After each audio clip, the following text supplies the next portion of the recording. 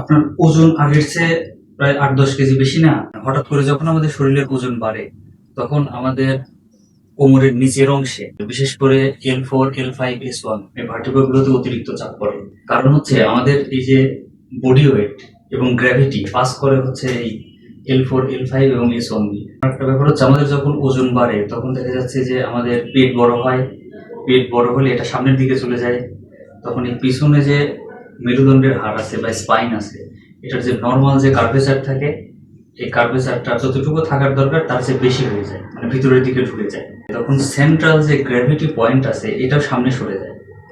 তখন এই কোমরকে সোজা রাখতে গেলে এই মেরুদণ্ডের হাড়ের উপরে ছোট ছোট যে জয়েন্টগুলো আছে, ফ্যাসেট জয়েন্ট এবং আশেপাশের মাসেলের উপর অতিরিক্ত চাপ পড়ে। তখন দেখা যাচ্ছে ব্যথাটা হয় একদম কোমরের ঠিক সেন্টার। অনেকের ক্ষেত্রে আবার যে দুই পাশে যে মাসেলগুলো আছে, মাসেল দিয়েও ব্যথা হয়।